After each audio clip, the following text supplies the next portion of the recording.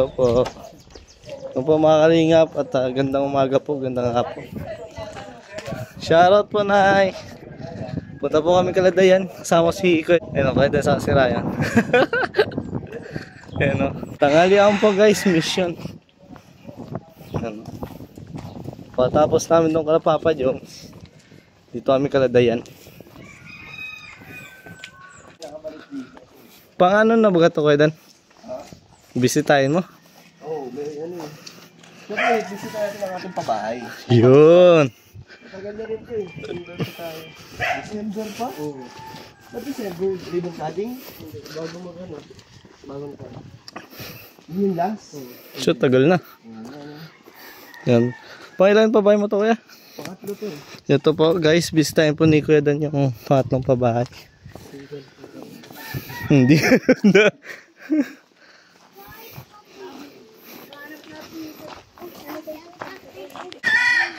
Ay guys, kasi bawal magbuhat si Salamat kay J. Brad. Kuya Dan. Binuhat ka ating grocery. Behind the scene naman po tayo guys ha. Yung po mga kalingap, dito po tayo sa irrigation. Yan, dito kami nag-uugas ng cutting ribbon dito sa pabahay ni ano, ni Kuya Dan. Dito, linis oh. Pili nyo manghuli ng isda. Yan, ang ganda. Ganda po mga kalingap po. Yung babae ni ano, ni Kuya Dan. Grabe ganda guys. Babae ni Kuya Dan.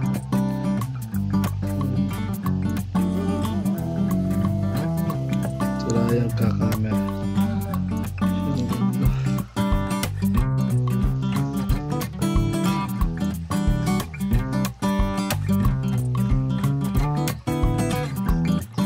Po mga kalingap, nandito si Kuya Jomar. Kuya Papadam pala. Yan, Papadam at ayan. Kanina hindi na ako nakapag-ano kasi nga marami tayong pinuntahan, especially isa na dun yung isa sa beneficiary mo. Gusto yan. Oo, na natulungan mo, napabayaan. Hanggang ngayon, ganda pa rin, linis pati. No? Oo. Ang ganda nga, natuwa ako na nakita ko yung bahay, maganda pa, inaalagaan nila. Nakakatuwa. Malinis and talagang wala kang masabi. Nakakatuwa, yung mga pabahay ko ay inaalagaan ng mga binigyan natin. Sila Super JR, maganda pa din. Kaya Kuya Brooks, yan. Tapos yan. Pero isa si kay Dayan yung talagang malinis. Lahat naman, Kinaki, maganda rin yung Kinaki. Hindi pa ako nakapunta doon, Kuya. Wala nga pala. Hindi ako nakapunta doon. Ribbon cutting na doon eh. Siya nga, nakita ko na lang sana ni Kuya Bal. Kaya nga, pero ang ganda, nakakatuwa. Pero Kuya, anong masabi mo Kuya, yung nangyari kanina? Yung kay Dayan na may nakuha kang balita Oo nga eh. about sa lupa. Sana wag naman magka-problema kasi nakakalungkot naman kung mawawala yung ating pabahay. Eh, isa yun sa ano, yung parang halos lahat ng gastos doon ay galing sa aking channel. So walang ano, kumaga sponsor. Kaya, kita doon naman yung ano, yung loob, di ba? Walang gamit. Walang gamit niya. Kaya eh, sana ano, matulungan ko sila mabigyan ng, ng laman yung bahay. Tulad ng ano? Tulad ng Bye, Kaya bro, nga, thank you. tulad ng ano Kuya, ng ano yung lalagyan ng Drawer daw. siya nga. Tapos, kung ano lang kaya natin, syempre kung ano yung mabigay natin, di ba? Ganda nga, walang kalaman-laman. So, tapos ang presko, ang nakakalungkot lang doon yung, ngayon ko lang nalaman na, lumalam kasi naabutan ko pa yun, tanda ko eh. Kaya pumano nga agad ng biglaan, kaya nakakalungkot na nawala na yung mama niya. Kasi halos parang kay mama niya talaga, inaalay ang bahay na yun. Grabe yung mga kwentuhan ni tatay no, yung sa dati daw nilang bahay. Paparamdam daw doon, di daw umaalis na. Yung bango? Yung amoy, yung pabango daw. Nandun pa raw, kaya giniba niya na. Parang anong expected mo yung pag ganun, pag may naaamoy kang ganun Kuya? Siguro may kaluluwa.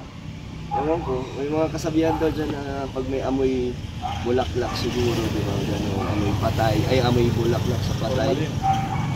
Amoy formalin sigurado. Formalin? Chop? Kasi alam mo, amoy nun eh. Nakakatakot yun. So yung kanina tinasa mo yung balahibo. Oo, yung panlinis yan, di ba? Yung maamoy mo, natakot yun. Sabi, tas kanina habang nagbablog ka Kuya, may napansin ako. Ano? Yung may parang puti. Nandun. Dinaanan kayo sa gitna ni Dayan. Hindi ko nakita. So, Sa baba, tapos nag-ikot nun sa puno. Yun yung nanay niya? Siya yun din ang iniisip ko kasi pumunta dun sa ano eh, sa unahan nyo pa. Sabi ko, wag lang tong umikot. Andun si Baka, ano, pero, nanay nagbabantay pa rin, no? pero proud pa rin yun kasi ganun niya, nawala man siya. As, nasa comfortable na yung Oo, nasa anak niya. mabuting lugar na yan. Okay na, okay rin si tatay, no? Mabait naman yung si tatay at sana ano ay huwag siyang malungkot o ma-depress, di ba? Yung siya. Dahil mga, yung syempre pinagdadaanan nila, hindi rin naman biro. Tulad niya, nag-iisa siya. No? Sariwa pa eh, yung pagkawala. Kailan ba yung kuya? Last month lang yun. Or Siya? Mga 2 months, magto 2 months From now, 2 months pa lang. bago lang. Ibig sabihin, bago ka lang, matagal na. Hindi, ano lang yun. Nung magbagong taon. Ay, siya. Or bago ba magbagong taon? Oo, parang ganun. Anong kinasawi? High blood yata. Siya. Ingat-ingat tayo mga kalingap sa mga kinakain natin. Sa mga Hindi siya sa lifestyle. parang wala nga daw sa sintomas sa high blood. Wala? Wala. Parang bigla na lang nahimatay tapos dinala sa ospital. Tapos, yun nawala rin ng binawian din. Buti na lang masipag talaga si Dayan yung beneficiary mo, hindi talaga tumitigil na kuya, no?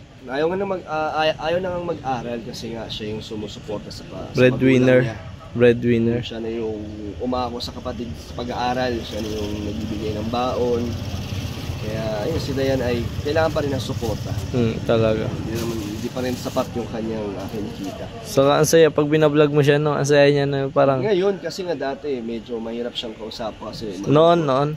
kaya hindi dati nung bagong namatay pa lang yung nanay niya medyo syempre emotional pa. Mahirap siya Hindi kausapin. ko pa masyadong tinatanong tanong tungkol doon, syempre masakit pa. So, yung Pero kaya kumbaga, at least 'di ba yung mood niya medyo maganda na, maaliwalas na. kumbaga sa hiwa ng sugat, sariwa, bagong Naghihilom gihilom na. na. Naghihilom pa lang. Napakalalim kasi yun, kahit sino naman, di ba kuya? Oo. Pero maganda na yun nasilayan ng magulang niya yung paano sila makomportable sa isang bahay. Kampante na naman siguro si nanay niya na may maayos na silang bahay. Sana matulungan natin sila sa yung sa lupa kung sakali. So ano kuya, no? Ang doon, hatiin. Parang gitna eh. Paano yun lalagyan ng bakod? Isipin mo, paano yun lalagyan ng bakod? May bawal sila daw dumaan. Pero sana makausap nila ng maayos. And pray na lang natin na maging successful yung pakikiusap nila. And ikaw naman kuya, willing ka naman tumulong sa kaya ng maaabot. Tutulong natin. Yan ang isa talagang dem ng kalinga. Hanggat kayang tumulong, tutulong. Oo. Ngayon kuya, saan ka na ngayon kuya? Balik na kami ni Joms sa apartment. Salamat kuya sa pagsama sa akin kay Dayan. Ayun, no? Thank you kuya. Bye bye. Thank you.